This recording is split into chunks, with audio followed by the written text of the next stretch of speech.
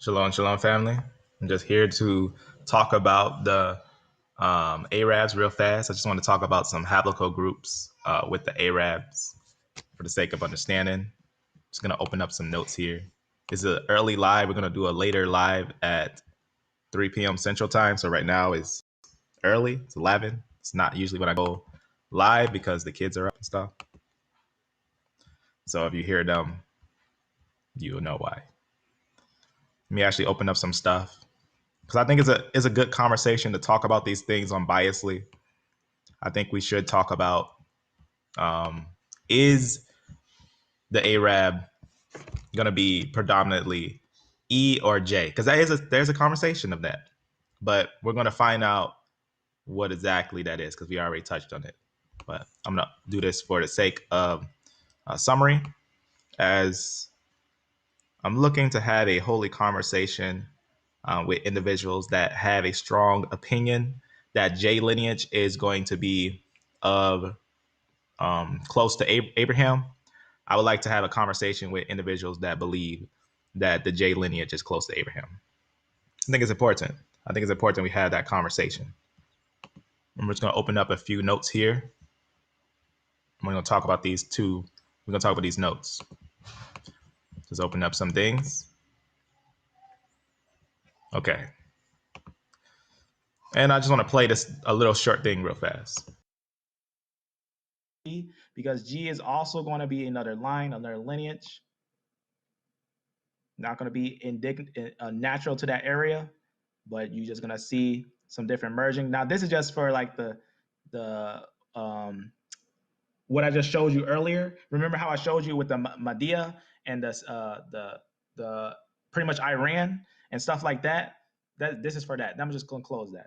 Now let's look at this. Let's get right to J and E. Let me show you something. The reason why I want to show you this is because I want you to look at this and you're going to be able to tell that they were mixing. So watch this. These are all Arabs. Notice what's always in them. E1B1B or J. But remember, we know what J is. Now, look at the percentages here. I'm just going to say it like this: low and high, right? For these ones, it's low for the E1B1B and high for the J. It's almost evened out for these ones, the ones in Egypt. You can see it's higher for those that for some in Egypt is a little higher, and some in Egypt is a little higher, that E1B1B, and shorter for that J. You can see right here, it's higher for the ones in Egypt right here in certain ones. So it's different locations where some have higher, some have lower. You can see these ones in Iraq. Now, what happened to Iraq? Remember what Iraq is. They're not Arabs. A lot of people, when they think of Iraq, they say they're Arabs. They say they're original Ishmaelites. They're not. Remember, Iraq is going to be a different people, a very different people, and they're going to be highly Japhetic. That's where they have a lot of the Japhetic lines in them. You can see in Iraq, remember, that's why I showed you and taught you about Iraq. Iraq has a low amount of E1B1B. Remember, they were not the original Ishmaelites. Very important. You can see. So for the sake of understanding, let's look at these let's look at E1B1B and J. Let's take a quick look at that and then let's just understand some things, right? Because it is a topic, right? I'm going to show you this, right? That is a topic where they're trying to figure out if J is the lineage or if E is the lineage, and I'm going to show you in a note that what geneticists say. I'm going to show you what geneticists say, and we can also find the evidence of these things, right? We're going to look at what geneticists say about these certain haplogroup groups. All right. I'm going to go here at 40. And I'm going to show you what it said about the J haplogroup group. This is Dr. Nathan Nathaniel, right? Geneticist. I'm going to look at what he says about the J lineage. So, and see some very intriguing parallels. I'm going to leave this right here, and we're going to look at that. We're going to look at that, and we're going to take a look at these things, right? Because we're going to see what's up with these genetics, because we can actually connect them also with the mtDNA, right? The mtDNA is going to be clear, right? You're going to have your R and your H is going to be commonly in your European, right? You're going to have different lineages that's going on there. We're going to look at that, and we're going to compare these together, right? We're going to put them together and see these things, right? So we're going to look at it. So first, let me show you this. Let me show you that there is a talk of E and J.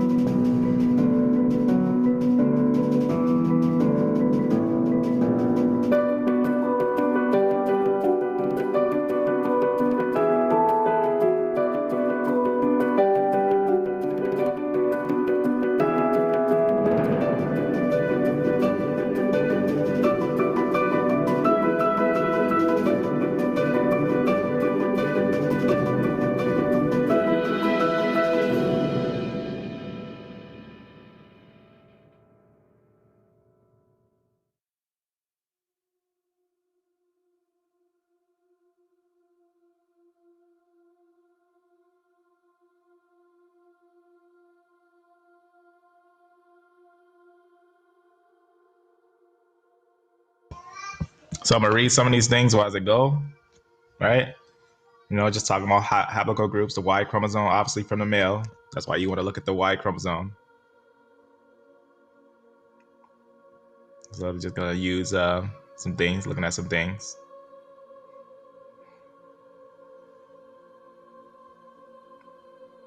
Obviously, take it with a grain of salt. This is 2014. This is obviously when they're starting to bring out some information. Obviously, in 2021, 2020, all these years, we got some more detailed stuff. Yeah. So you can see what it says right here. What's going to talk about, right? Why the Y chromosome and everything. Obviously, because it reaches far back. You know, it's the ultimate permanent record. It's a great record, right? Very interesting. And we can link haplogroups. So why Abraham's Y chromosome? Remember, it's important that they all gotta have the same Y chromosome. The problem is when people look at the J lineage, they don't actually look to see if it actually connects to one lineage of Abraham, and then it descends into two separate branches, right? Because when they look at the J, the same J that's in the some of the Armenian, not in the Armenian and the Ottomans, the same J that's in them, the J1 and J2, is the same J that's in the Ashkenazi. It's not a different branch, it's the same branch. That makes no sense genetically. Understand that. That makes absolutely no sense genetically if they was to be totally different branches that went totally different ways. It's important to understand that. But let's keep going. Let's continue. And if we're going to talk about it with a geneticist, I'm going to show you. All right. We already examined J. We went deep into J because we wanted to see if that was really the lineage, because they say that's the lineage of the Kohanim. We're going to look at it. All right. Obviously, X and Y in the male, XX in the female. That should be taken into consideration too, the female's line, for the sake of understanding. Just to look at, just to get understanding as well. It's very important to take a look at.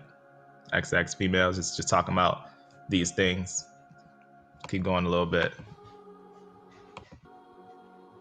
I'm gonna go up a little bit to where it is. Just talking about we already talked about this, right? Haplogroups. Just giving little summaries of stuff. I want to get right to the meat of this video. All right. Abraham's Y chromosome. Okay. Obviously, religion is not genetically defined. Obviously. Especially in modern day time. Okay, so you see this? First Jewish high priest, Kohanim. We're going to look at this, right? Kohen. We're going to look at this.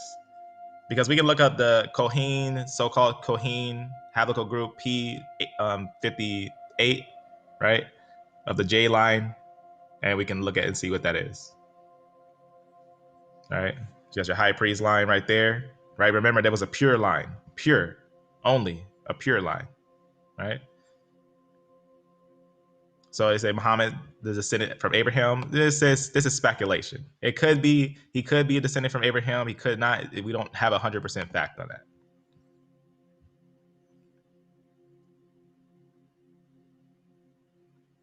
So you can see, trying to like link it like this. You know, that's no fact to this thing. There's no 100% fact. Any papers that's shown is going to be highly discredited because there's evidence of multiple people saying that they are descendants from Abraham from different lineages. There's no actual solid piece of evidence that makes it concrete.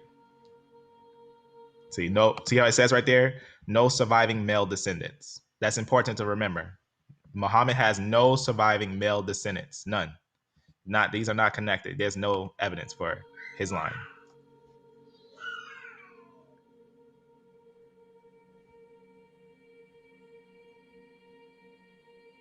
All right.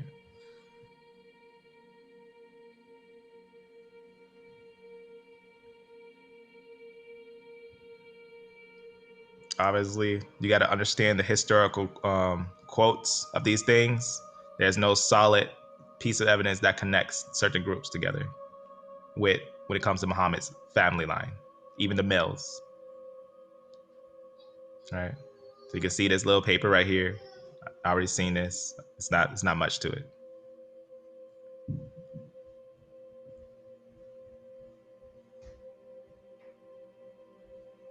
All right. But we're gonna use this video as an example because it is said that it could be, see right here, Kohanim, E or J. See what it's saying there? It's a debate between E or J, right? Is it E? Is it J? Because we got a high E, we got high J's. We got to see what it is. Is it E or is it J, right? For the sake of understanding. Understand that no evidence of ancient E's were in Africa. And all ancient E's were in the Levant. That's a fact with CT. All right. Let play a little bit. Keep it going.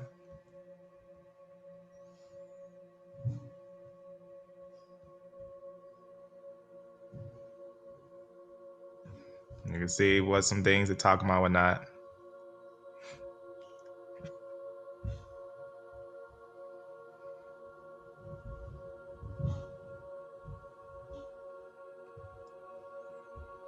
Okay, so I'm gonna show you the conclusion if it's E and the conclusion if it's J, what each one means. So if so and so is E, right? It says possible common ancestor of Islamic whatnot, and it says and look what he says here. If it's E, then the Kohanim Haplogroup model is wrong. It's wrong. It is wrong. In fact, let's look at that. Let's look what Dr. Nathan Nathaniel says about this. Let's see what he says about these things. So I've rotated this 90 degrees. You might be able to read them if you turn your head, of course, a little bit better. The first thing I want you to notice is a very simple point, and that's that Genesis 10 indicates that the world was populated by three major lines. After Noah, he's got three sons, and from these three boys, these three lineages, the whole earth spreads out. So you'd expect to find in the Y chromosome tree, three fundamental divisions, three branches. So the tree that I showed you earlier here, I'm going to remove the colors for these individual branches so that we can make it easier to see. It'll make it more clear. And I want you to see that this tree does have three fundamental divisions. This isn't really new. This is something I published a year and a half ago, and I think I've talked about it in times past. There are actually multiple positions on the Y chromosome tree where you have three major branches, but this particular way you can divide into three will become very intriguing shortly. This is just step one. And I've assigned colors here, by the way. The colors blue for Shem, green for Japheth, pink for Ham are colors I'm going to use consistently in the following slides to help us follow who is the candidate Shem, candidate Japheth, candidate Ham, that sort of thing. At this stage, I haven't given you the evidence to say this side of the tree is Shem, the middle part is Japheth, this is Ham. The point is simply that there's three major divisions. You can't necessarily see it at this level of zooming. I'm going to zoom in for you. You can collapse these branches to the tree does from search them. That verse as Sennacherib, king of course, some of the, so Daniel line from the Jews, not through Shem, but through Japheth. The Bible also tells us that Cush, basically what I say in the book is I looks like the candidate for the early indigenous Europeans. Naturally, you'd connect that to the Greeks. So I looks like a good candidate for the Greeks. And okay, so what does this geneticist say here? This geneticist is actually letting us know single-handedly, right? He's letting us know that J lineage is actually Japhetic. Now, that's obviously important to understand because this whole branch, if J lineage is Japhetic, then that whole branch is Japhetic. It's important to understand that because it breaks that way. It all descends, right? It's important to know where the exact break is, right? We have evidence that the break is at CT and BF, BT for the sake of understanding. But I'm gonna show you, let me just open one of these and just show you a little bit on this one. Let me actually just go down here and let me open this so we can look at this right here. Let me open this. Actually, not this one. Let's go down to one of the wikis right here. All right. I want to show you something. I want to go to, matter of fact, I'm gonna have to do it like this. Go to CT Haplogroup Group. right? Because it all descends from CT, right? From CT, you get CF, and from CF, you get your japhetic lines. And then from CT, you also get DE, right? You can see your CT. Look what happens here. CT turns to CF. CF turns to C and F, right? That's where you get your F lineages. And from there, you also get GHIJK. You see what's happening here? Your F is descend down to GHIJK. It's important to understand. We can even look at that when we click it. What does it say, right? What is the ancestor? What is the descendants? You see right there, the descendants GHIJK. The ancestor is F of HIJK. See what's going on right there? So F is the ancestor of GHIJK. Then what happens? It goes to HIJK, it goes to IJK, and then it turns to I and J. And what is I and J? Japhetic, because all these are related. All these are related, even R, I, J, I, all these are related.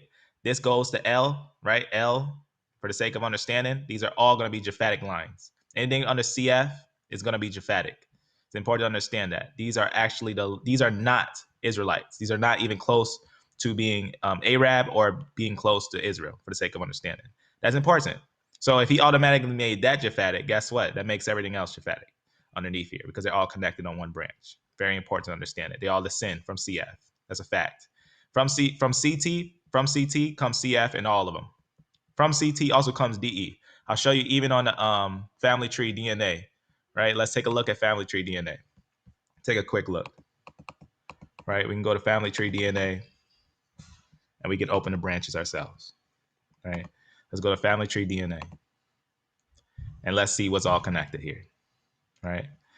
This is how we get the best, clearest understanding. Besides that, that's also understand Wikipedia. When they get this information, they're getting it from the medical sources. It's very important to understand when they get these articles. Very important. But let's look at let's go here. Let's look at this. So here's your tree. You see your CT right there. I'm gonna close it. So here's your CT, right? What do you get from your CT? Let's just open it. All right, you get your CF. You see your CF right there, your CT, your CF, and you also get from your CT your DE. See that DE right there? The CT brings forth CF, and the CT brings forth DE. It's a fact. It's a genetic fact. And what do we get from CF? Let's just open it. You see what you get in there? F, right? You got your F lineages, your G's, HIJKL. HIJKL. These are all underneath CT. It's a fact. These are European japhetic lineages. You see right here, your IJ. Your I is they surely know this is European. This is japhetic, clearly. Therefore, this is japhetic because these are on the same branch. You understand? J cannot be the lineage because it is on the same lineage of Japheth. It's impossible for it to be the lineage. Understand? Very important. These are facts, genetic facts. They're undeniable genetic facts. So that's your C. From CT, you get CF and you get all your japhetic lineages. From CT, you also get DE, but that's a different lineage. That's your E's and your D's, right? There's a whole different lineage, whole different family line. That's important to understand. And we can put the history. So I put a link in the description, right, of E1B1B, and you can see it yourself. It just goes over the information of E1B1B and how that's actually the line. That's the line that's actually going to be Ishmael. So it's very important. We have to have, for it to be Ishmael, it has to be a separate branch from the Israelites. The problem is, if you put this on a branch, right? If you put the J, what J is actually in the Ottomans and the peoples? Let's just see. Do we have any evidence of J being in Turks? Absolutely. Is a high percentage in Turks. It's right here. You can see even Turkey. Here's the J, M267. These are Turks, Avars, right? You see what's going on there? You got your Avars. You got all these different groups. These are going to be Turks, 99% in these areas. These are Turks. Even we can even see that he would admit that it's Turks. Let's see him admit that these are Turks, the J lineage, right? It's not just one place that he says this. Let's take a look at something. I just want to go to something here. I want to show you. Let's see. This one I didn't bookmark, so it's just something that I had looked into and set aside, but I'll bookmark it, possibly. Let's see, where is it? I'm about to look for it real fast. It is right here. Just a little connection I was noting, right? Because I seen historical documents say that the Germans were Ashkenazis. It's important to understand that, and I wanted to see if they were related. The Ashkenazis are related to the Germans, right? You can look at the information yourself and see how they all related, right? Here's your R1A, different things like that, connecting them, right? You can see right here your R1A and stuff like that, and you can see that also in the Germans and whatnot. So you can see. So it's going to be more in them for the sake of understanding. Really interesting. 51. But that's not what I want to show you. I want to go down here. I want to show you something. That's just the R lineage. All right, now let's look at this. Let's look and see how he actually confirms the so-called Kohanim, which is that JP58. I'm going to show you how he confirms the Kohanim line, right? Let's go up a little bit. And I'm going to show you right here, 31 and 49. I'm going to show you 3 videos. And I'm going to show you that this geneticist confirms that they are going to be Japhetic. I'm going to show you here. So right here, here's the Turks. Little history of the Turks, very important. Let's let it play. We'll talk about the history of the Turks, the Ottomans, how the Ottomans came in, how we can find their evidence of the genetics in a further country, in their area homeland, and then find them sweeping in, right? These are genetic facts. Let me just refresh that.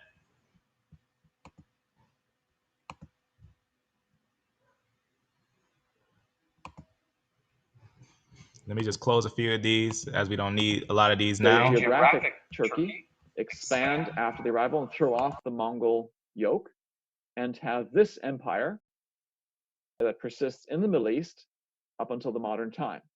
So let's watch this history again with one map to make it even clearer, because the Turkish peoples, in my view, are the best explanation at present for this group J, not Arab Muslims.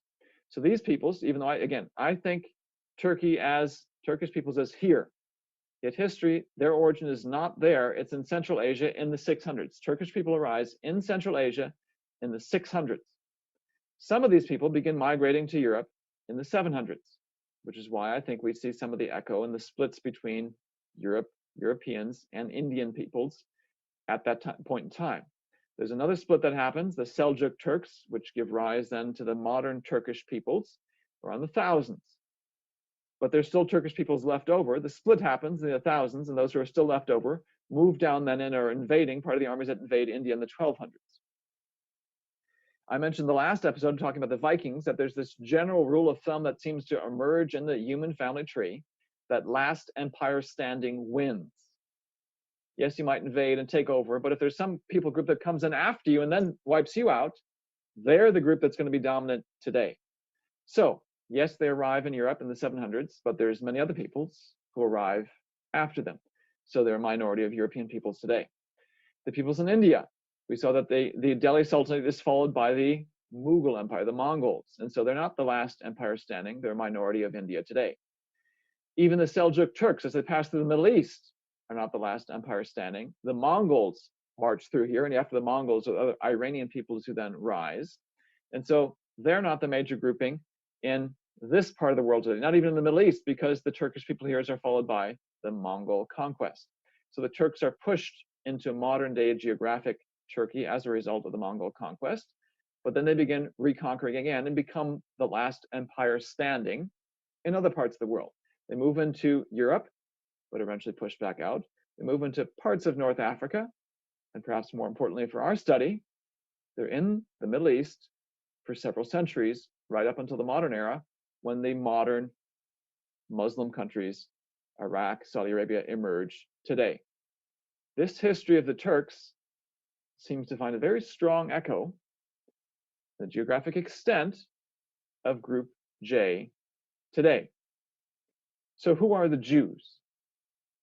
Who are modern day Jewish people?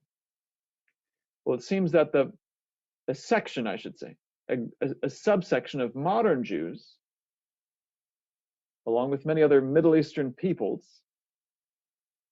and some Europeans, like Greeks and other Balkan Peninsula folks, and Italians, and even some Spaniards at a low percentage, and even some Indians, all share a common Turkish heritage. They trace some of their origins to Central Asia. Not all of these people, but if you're in the Middle East, a heavy percentage of you do trace your origins via Group J to the Turkish people. And what we've seen in this episode is, once again, Central Asia seems to play this dominant role in the world history of peoples. We've seen other Central Asian lineages, R1A, R1B, due to Mongols. Okay, so that's just one evidence. That's just one piece of evidence. It's not like he, stayed to that idea. Let's take another look, because it's important to know that this is truth. 250. Right. Fit all the proper parameters for being a Jewish lineage. Episode 18, we walk through some of the problems. The lineage specifically, and this is a fit all the, and I didn't get to everything else they said. So let me back up to episode 18, where I was arguing that one of the dominant lineages in modern Jewish people, particularly Ashkenazi Jewish people, there was this paper in 2009 that came out claiming they could find one that seemed to fit all the proper parameters for being a Jewish lineage. Episode 18, we walk through some of the problems. The lineage specifically, and this is a direct screenshot from the paper. You may not be able to zoom in and see here. I'm going to try to highlight here. There's a whole bunch of different lineages being shown. There's D, E, C, G, H, I, J, L. There's many of the major groups in this tree that we've seen, and they have arranged by columns here the frequency of these various lineages in various Jewish groups. So this first column, which is headed by the letter C for the Kohanim, those who claim descent from the Jewish priesthood. This I column is just Israelites in general, who don't necessarily claim descent from the priesthood. And here's the percentage overall. The point I was emphasizing in that episode was dealing with one particular lineage, this J. You may not be able to see here because the screen is so small, but it's this J-P58. It's a sub-branch of the J lineage. I went on to conclude that J is probably an echo of the Turkish conquest of the Middle East, going in and then being pushed out by the Mongols and coming back in again. The reason I spent a lot of time there was because this was the main lineage that the paper highlighted as being potentially Jewish. What I didn't emphasize as clearly was, and you can see it in this chart, there's all sorts of other lineages present in this tree to which Jewish people belong. So obviously they have other haplogroup groups, but the J lineage was the one that they was choosing to be Kohanim. That's the one that you see that they say, oh, that's the one in the Arabs, right? Is the Arabs haplogroup J or E? It's looking like it's not J. It's very important to understand that. Let's see another one. Let's see another one for sake of understanding. Because I can also show you one on the Armenians. We can talk about how the Armenians are actually the Khazars. A lot of Armenians actually had the remaining group of the Khazars, and that's in the study of the Armenians. Let's see, 3740. That's a different study, though. A lot of people, they feel, they understand the Khazars and stuff like that. Let's look at this. Here's J. Watch what he says here. At these levels, in these places, heavily in the Arabian Peninsula, the geography of the Ottoman Empire overlaps very well here. And the timing of various splits, there's multiple lines of evidence that I think point towards a Turkish origin for much of the modern peoples in these places. Let's zoom out a little bit so we can see Africa and compare it to this E1B1B. If we overlap these two distributions, there's sort of a complementary distribution. In other words, if you think about... And why is it layered like this? This is why I have a link in the description. If you want to know what the truth behind J and E, you're going to actually find out that the E lineage was always up here. You can see it got dots up here. You can see E1B1A up here. You can see E1B1B up here. These are ancient lineages that were up here. They were in these areas. And to the Turks came in and invaded this area. The Ottoman Empire, this from the Seljuk Turks. It's a fact. They came in here, and a lot of people, they know that they settled in Turkey. No, they settled in all these areas. It's a fact. All the genetic lines actually sit on these areas because they conquered these areas. They own them for almost 14,000 years, for a long time, for the sake of understanding. They own these areas for about almost, about 1,000 years, for the sake of understanding. They were there for a long time, just for the sake of summary. So you can see right here, this is going to be important. The J and the E1B1B. These are the real Ishmaelites. These are the real Ishmaelites, for the sake of understanding, and it's genetically confirmed, right? In fact, I'm gonna show you a quote. The history of the Islamic conquests. It's like Say it's a shadow of the history of the Islamic conquest. Let's go. Let me show you something. Right here. Let me show you something. Let me just go down here and let's read a historical quote here about the Moors that enter into Spain. Let's see what it says here. Now let's see what this person says in this book right here. All right, it's gonna be a little book. Got some painting of some Arabs. You can even see pictures, real ancient pictures of the Arabs and what the Arabs look like. You can find real pictures of them, real pictures of what the Arabs look like, the skin color. In fact, one of the sons of Abraham name was actually Swarthy, for the sake of understanding. That's one of the sons of Abraham's names. But let's read this. This is actually a book. So this book is right here. It is called The History of the Moors of Spain, right? And I think I have the book quote on here somewhere. I usually put it at the top, but it looks like I didn't for some reason. I don't know why I didn't put the book quote on there, but I will grab that. Maybe it's right here. It looks like it's right here. Let me just double check. Because as always, I want you to know that we're citing real sources. Yeah, this is it. Okay. Let's put this. Let me actually move this.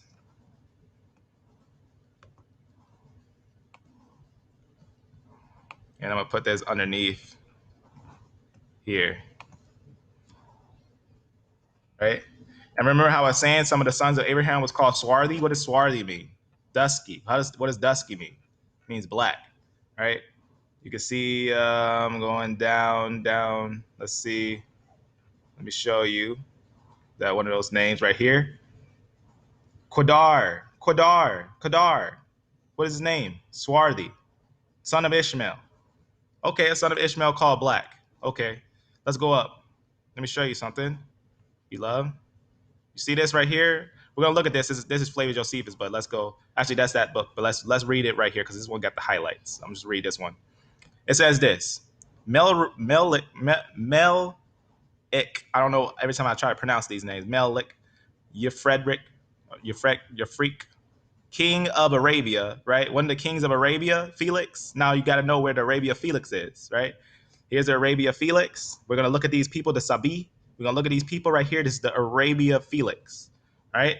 Right there, right next to Africa. Let's see what's going on here, right? Let's see what's said here. So one of the kings of Arabia Felix, the king of Arabia Felix, who conducted a people called Sabi. See that name, Sabi, into Libya. Where he moved the people? Libya. Let's see where they at. Right here, Sabi, and they moved into Libya. Where is Libya?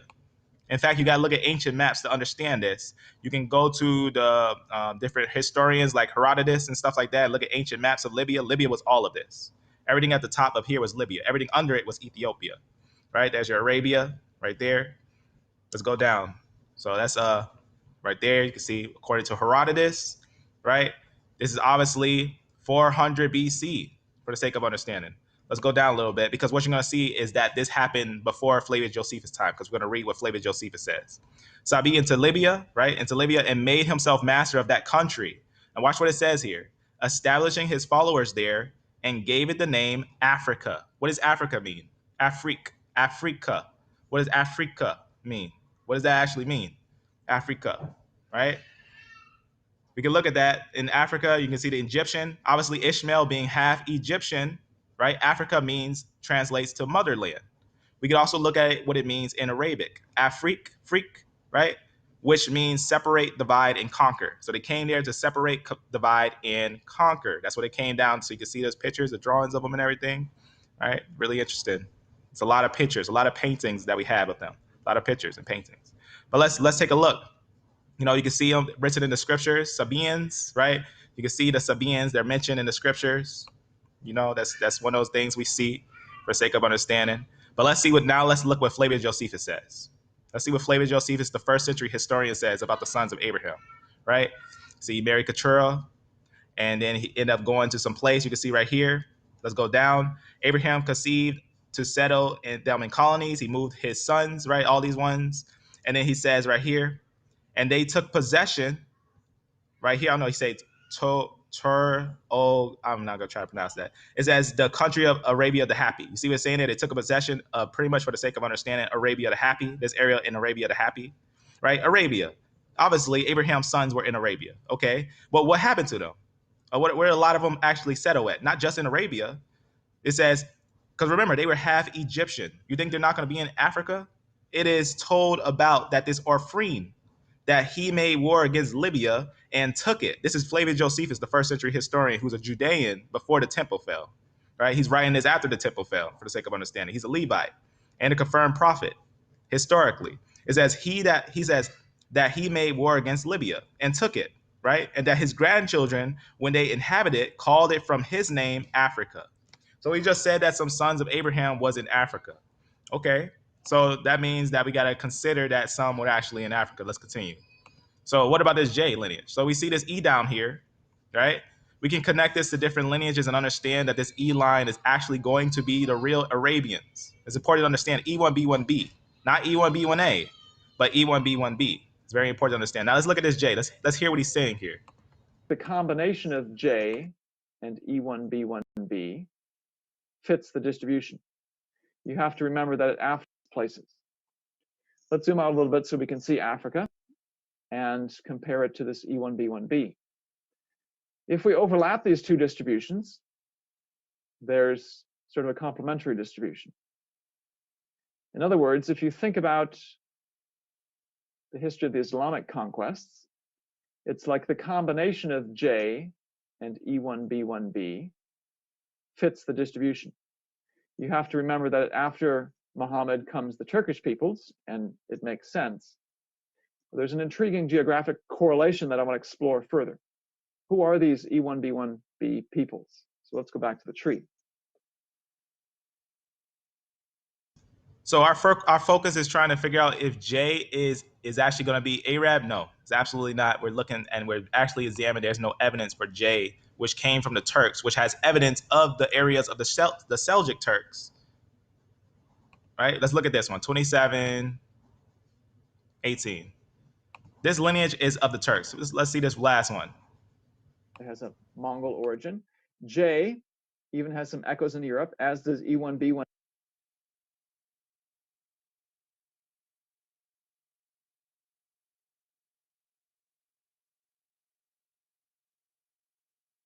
Letters, so forth, as you march downward to the modern era through the tree. In 1800 BC,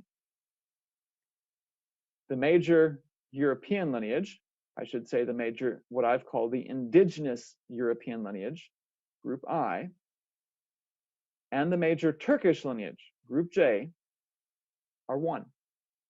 They have not separated. If you look at the family tree, what would become what I'm calling indigenous Europe, and what would become the Turkish people that would be up here in Central Asia, then come marching back through the Middle East in the late era, in the AD time period. On the Y chromosome family tree, they are joined. So who were they? Some of the other major lineages that would play such big roles later in history.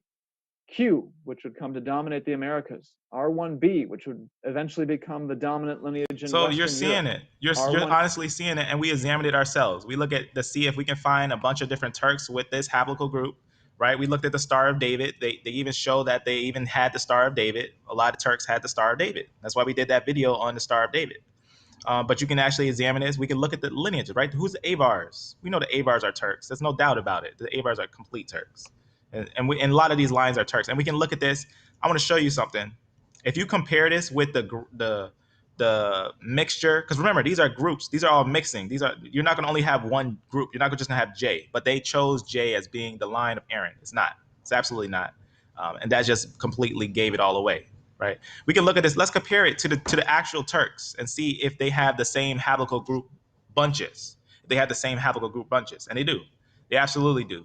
In Turkey, in the areas where the Turks are, and a lot of the Ashkenazi, a lot of their haplogroups are very similar. You got your J's, you got the same J. It's the same J. right? Is this these the same J's right here?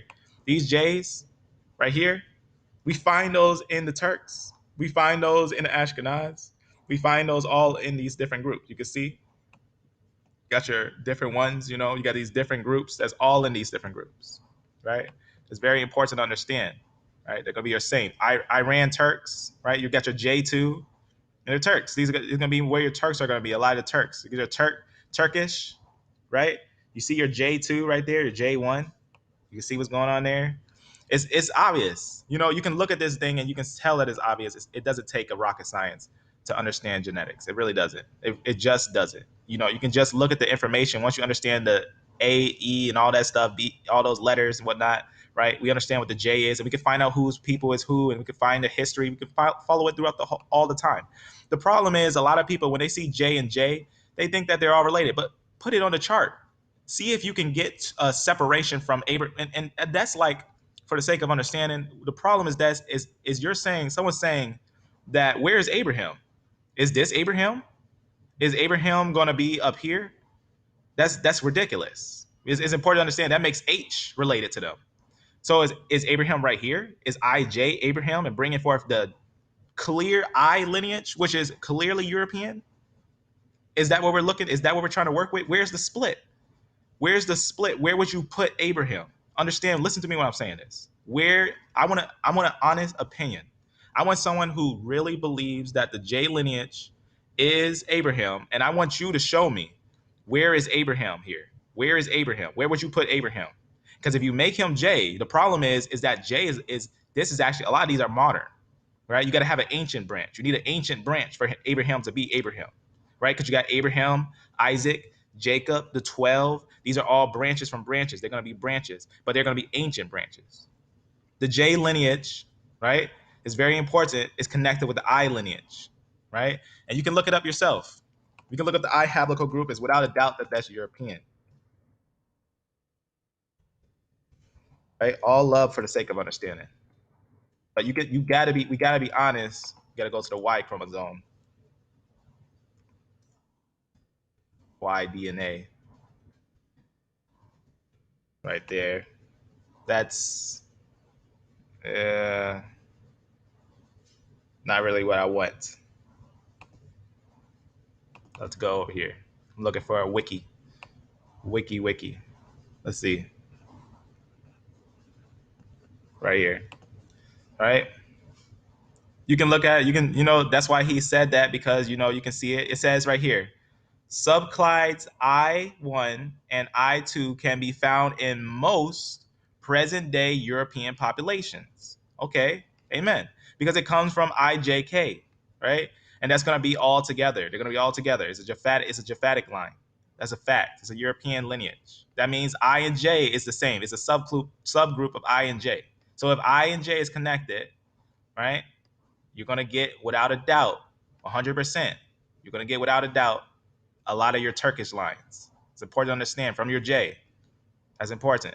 So that means J is not actually going to be your Arab line.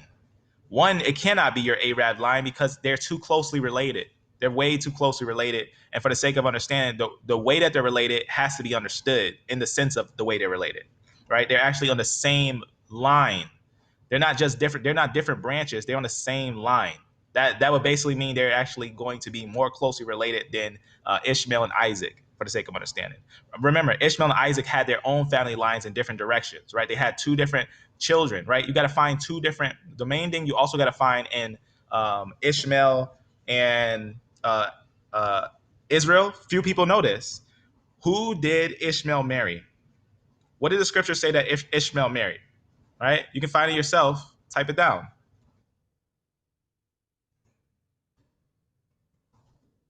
Right? Because Ishmael was born from Hagar, who was an Egyptian. Right? I'm gonna go to the scripture right here. No, it's Esau. Let me see. But for the sake of understanding, Ishmael married an Egyptian. Right? I'm just looking for that scripture where that's at. In fact,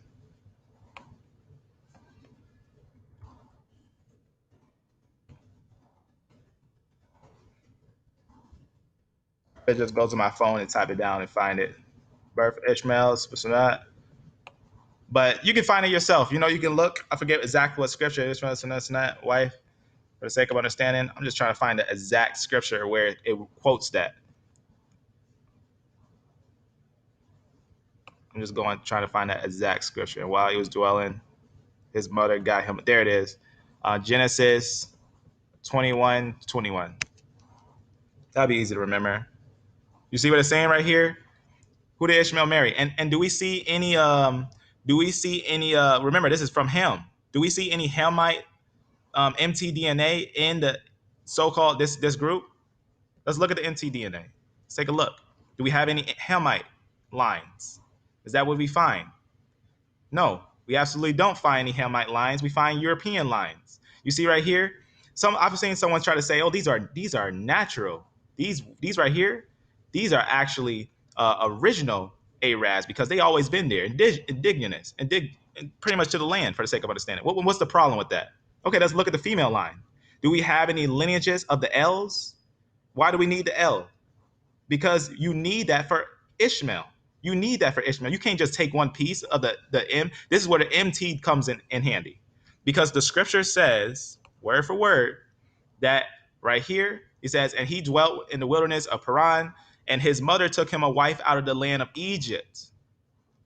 Who do you think he took from the land of Egypt? The Egyptian. Clearly Egyptian, because remember, this is important to understand. In the time of Egypt, this was Egypt. This is the land of Egypt that they were in. It's very important to understand that the people in that land, we even see the scriptures where it says the land of Ham, right? It says he sent signs and wonders in the land of Ham, right? That's how the scriptures say. He sent signs and wonders in the land of Ham, right?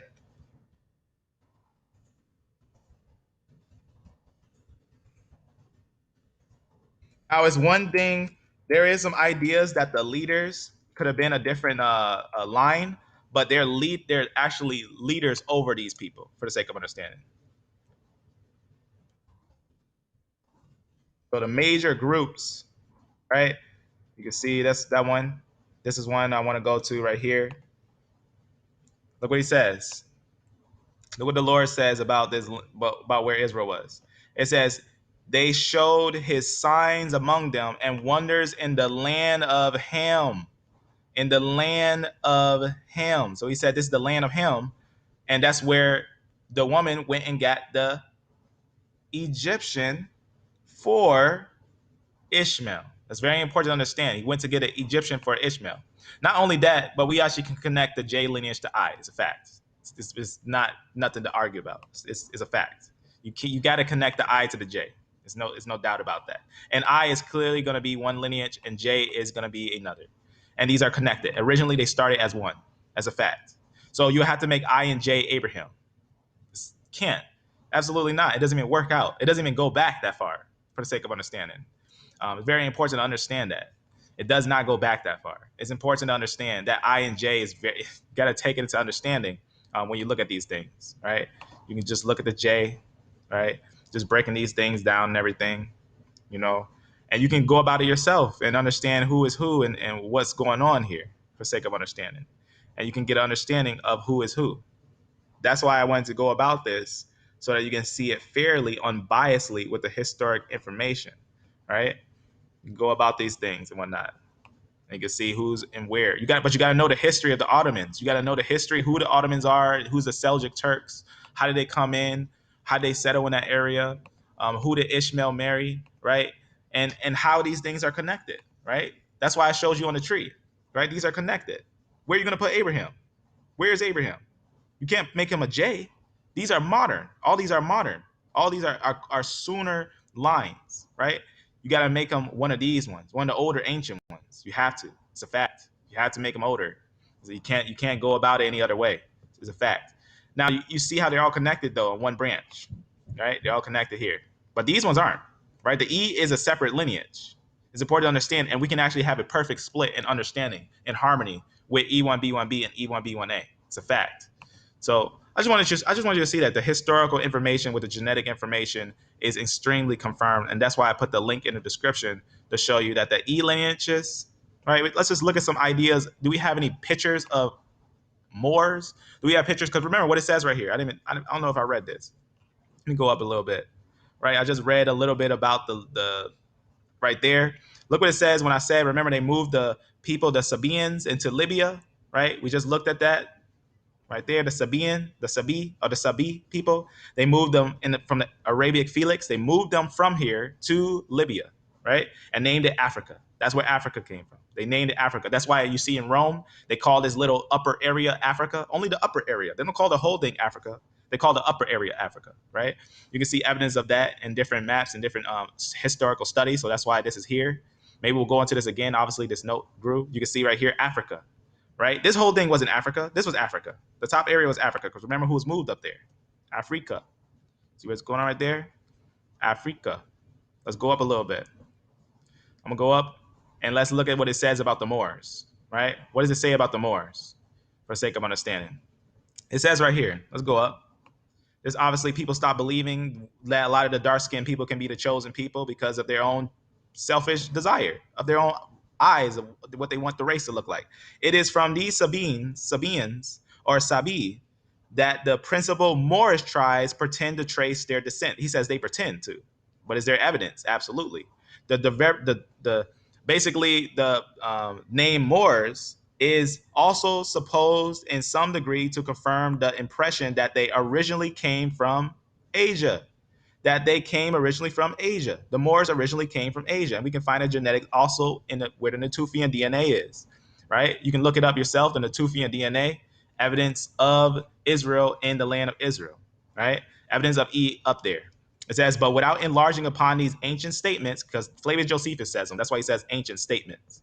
Flavius Josephus says it. Let it suffice to say that nearly, watch this, nearly certain grounds exist for the belief that the original Moors were Arabians. The original Moors were Arabians. Let's see some pictures.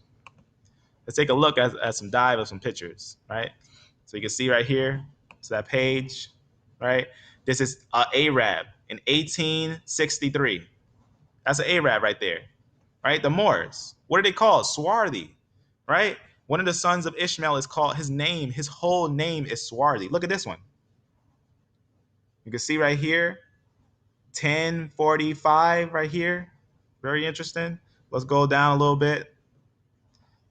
We can look at some of these things, right? I can even show you some older ones, different ones with different areas, different locations on what the Moors look like and what the Arabs look like. They have pictures of the Arabs and the Moors, what they look like, right? Let me see, is one down here, I believe. Right here. You see this picture right here? Look at him. Isn't that interesting? But let's go over here. I'm gonna go back over here because I want to show you this. Let's go down. You can see Arab right there. This one. I got another one I'm gonna show that I think is also interesting. You can see because of the racism that was going on. Get the Arabian, like Arabia, black. Arabia means black. It says the one account of their swarthy. You see that word right there, swarthy complexion. What does it mean, swarthy complexion being black? Remember what I showed you? Someone's name? Oh, man, I didn't mean to close that. Let's open that again. Right here. I'm going to show you something. Remember how I showed you the word swarthy being from Kedar, the sons of Ishmael, right? His name really literally means swarthy, means black. That's what it means. These things have to be taken in consideration, right? That's one of the things that we have to understand, that we have visual evidence and historical evidence and scriptural evidence for who they look. This is a scriptural evidence. Kedar means black, swarthy. Arab. What does Arab mean? What do we actually see from some of these things? Let's go over here. Arab, right there, black, Arab. The one account of their swarthy complexion, on the latter on account of their basically whatnot, for the sake of understanding. Let's go down a little bit. I want to show you something.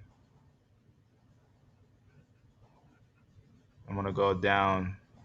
You can see just a little bit here. In fact, let me see. I got a little more details on another one. I'm going to close some of these as we don't need these ones now. And I'll just leave that just in case. if we need to touch on it.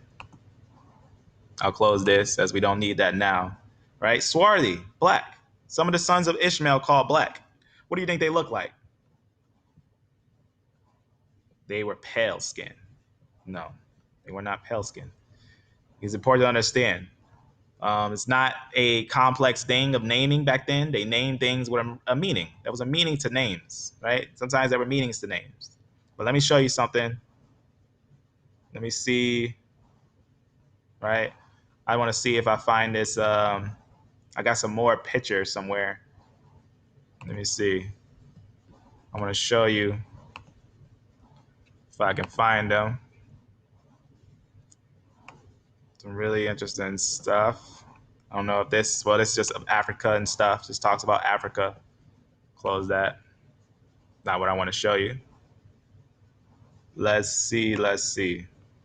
I want to see if I got that one of these other pictures. Okay, let's look at these. It's really interesting. Talk about the Black African Muslims, right? That went up there into Spain and everything, right? They call them Black European, whatnot. They start conquering a lot of areas. We got to know the difference between the Jews that went up into Spain and there were Moors that went up into Spain, right? These were actually Arabs. These were Arabs that were conquering that area, right? There's a lot of sayings where they say, oh, these groups were different than these groups. Of course, they were different than these groups because there were 12 princes. There were 12 princes of Arabia. It's important to understand that these were actually separate princes, different groups that were all related. There were some moved into Libya, into these areas, as these are just separate sets, different groups for the sake of understanding, right? You had some over here, you had some over here, right? They was all the same genetics. And we can see it that they all had the same genetics because we can look at the E1B1B. We can look at that and had the same genetics. We don't understand J lineage. We can find evidence of that being from the Seljuk Turks is without a doubt. That's why you're seeing the geneticists completely shut that down. You see right here the actual evidence of these things. You can see, let's talk about some of these things, right? Very interesting. You can see evidence, whatnot. You know, Selton with a tiger. Here's a Selton with a tiger right here. That's a Selton. Who's the Seltons? It's like the leaders.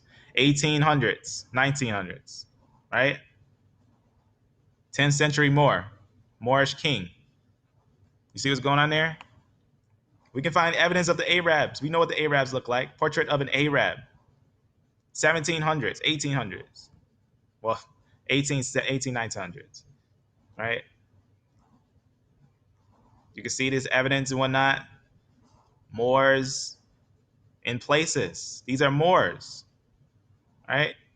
Interesting video. I'm not gonna play it right now. It's really interesting. Talks about the color of the Moors, how we got evidence of these things. Did you know they actually was debating on the color of the Egyptians that they were trying to debate? It's a really interesting debate that had happened. Some people probably know about it. There was a big debate with the Egyptians, and they were trying to figure out if the Egyptians were white or black, pale skin or dark skin. And obviously, there was two people that was battling against a bunch of different groups, and they completely just demolished them with truth. You can see the more in this coin. Barbados penny. See what's going on there? These are real evidences. This is a really interesting one. I don't know if you've ever seen this one. A mixed woman, right? Very interesting. She's actually from a Moor.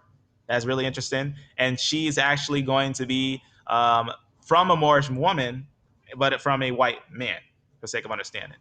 Right? Very interesting on that one. Some people probably already seen that before. See right here. You get an idea of this. You can see a battle here, right there. All right. See what's going on there.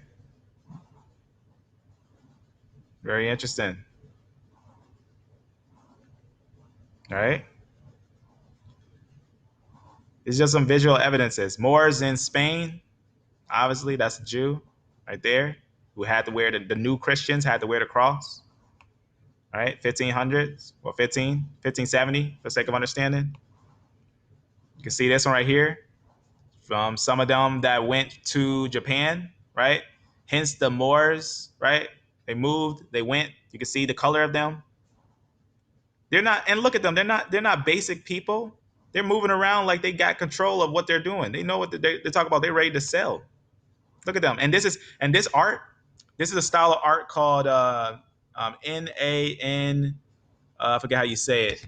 Nusen, something like that. And it's only in the 14 to the 8 to about 1600s. This style of art is only in the 14 to 1600s. It's the only time you see that type of art. Obviously, you know, you can have replicas and stuff like that. So some people just brought out some things that they have found and whatnot. And you can see right here, it's a little interesting quote, right? It must be noted that when George G.M. James talked about Moors or Arabs, he is referring to the true black Arabs and black Moors and not the modern Indo-Aryan Arabs. See what's going on there? Very important, very interesting stuff that you can see. The link is in the description, in the video in the description and whatnot, for the sake of understanding. So it got a lot of things on these things, a lot of finds, a lot of people talk about it, they know that it's true. A lot of people know that it's true, is without a doubt, for the sake of understanding. Close this. So you can match the history with the genetics. You can match it all together, right? And linguistics, right? You can see their language. You can see the pictures. You can see what's going on there. It's without a doubt, for the sake of understanding. We talked about this on the video, right? Went over this note where I went over those things fairly to go over to make sure that we're looking at these things fairly, right? Talk about Ishmael and whatnot. We talked about Ishmael, went over the history of him and everything. And then it talked about his sons being called black skin, right? Black Moors and whatnot. Very important. Understand, sometimes Moors can be all white. Moors can be white. It's possible.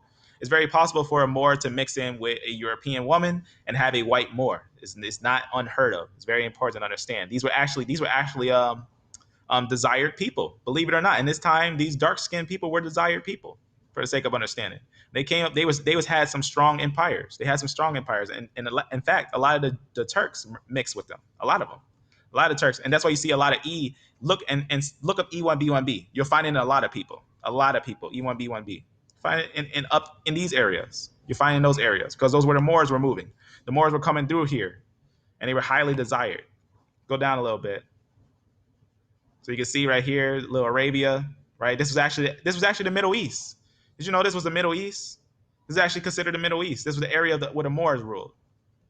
You can type it down yourself. You can look it up yourself, and you can find out that this is the area that they were in.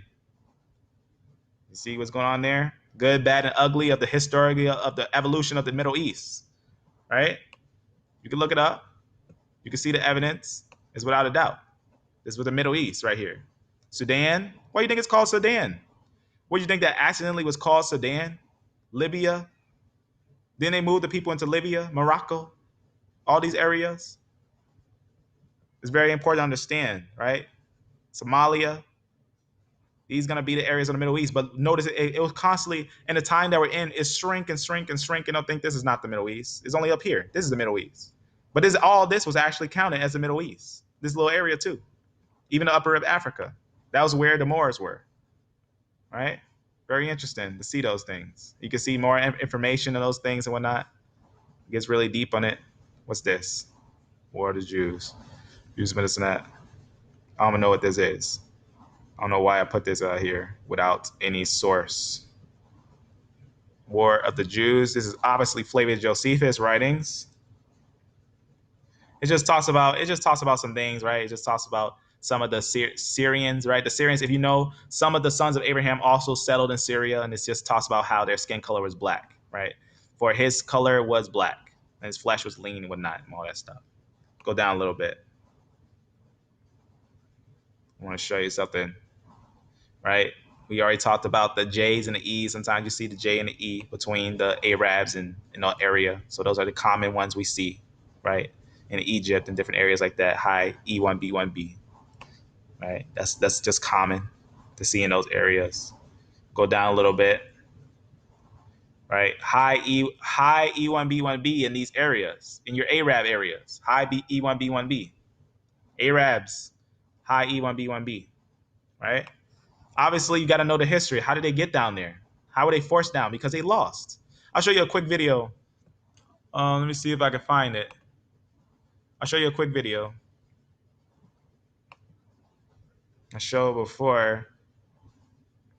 Well, I'm not gonna show a quick video because you got to see this. You have to see this 5-hour video to understand this, right? It's 5 hours of actual historic genetic information that is actually very valuable for understanding these lineages, for the sake of understanding.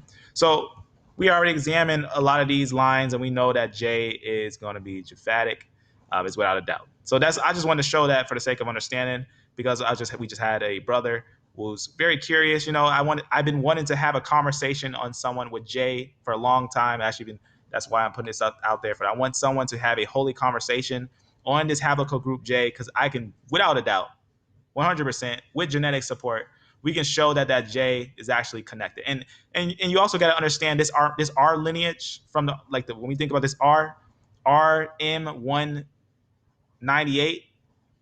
A lot of these lineages, we can actually find them in ancient people. Like, for example, this is actually the Armenians. It's in the Armenians. In fact, there's no major Y chromosome haplogroup found among the Ashkenazi Jews that's not found among the Armenians. And that's a historic fact. That's a fact. Not a historic fact, but a genetic fact, for the sake of understanding. That's a genetic fact. And I'll show you the fact. I'll show you the quote of the fact. And I'll show you what they say about the Khazars. I'll show you actual genetic information on the Y chromosome, right? Because they'll say they're not the Khazars by the female line. It's ridiculous. But I'll show you the real information on the Y chromosome, right? I just want to show you this, that is true.